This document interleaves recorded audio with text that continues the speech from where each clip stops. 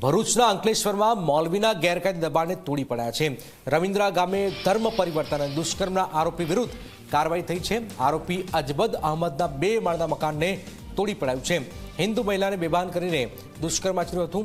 10 દિવસના રિમાન્ડમાં આ ચોંકાવનારો ખુલાસો થયો છે।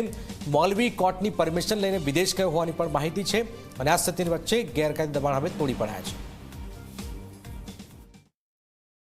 પાનોલી પોલીસ સ્ટેશનના રવિન્દ્ર ગામ ખાતે આવેલ આરોપી અજમદ અહેમદ બેમાત કે જે ત્યાં મૌલવી તરીકેનું કામ કરે છે તેની વિરુદ્ધ બળાત્કાર અને ગુજરાત ધર્મ સ્વતંત્ર અધિનિયમ અંતર્ગત ગુનો દાખલ કરવામાં આવેલો હતો।